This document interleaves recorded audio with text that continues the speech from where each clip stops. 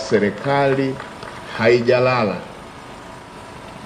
kwa kujenga mradi mkubwa ambao utatoa jawabu mbadala inapotokea hali ya aina hii. Mheshimiwa Waziri Mkuu, ombi ambalo tunaomba sisi kama wizara, kipindi hichi ambacho tulichopitia nikiwa kama waziri wa maji na watendaji, natamani siku waziri mwingine akija asikutane na hali ambayo tumekutana nao sisi.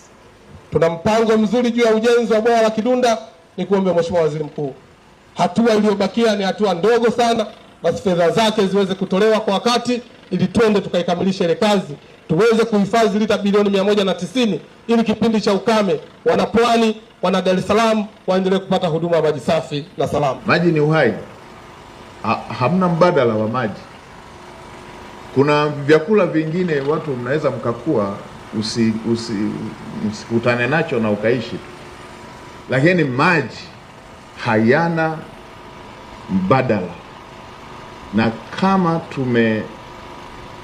kwa lugha ya sasa wanasema kubipwe, tumejaribiwa hivi kwenye kuchelewa tu mvua, tumepata taharuki ya aina hii. Tukamilishe hii miradi ambayo ni jawabu la hali ya aina hii kitokea.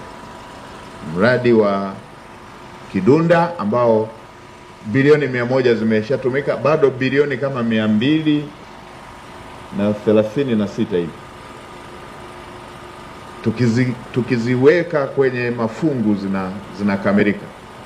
Lakini pia tukamilishe tuanze ule wa Rufiji ili kuweza kujipa, na bahati nzuri ule mradi wa Rufiji ni utekelezaji wa ilani hii mpya ambayo inaelezea kwamba kutakuwepo na grid ya taifa ya maji, kuyatoa kwenye imefanya vizuri Wizara ya Maji, mapping ya nchi nzima ya kutoa maji kwenye mito ambayo haikauki, peleka kwenye matumizi ya lazima haya ya maji.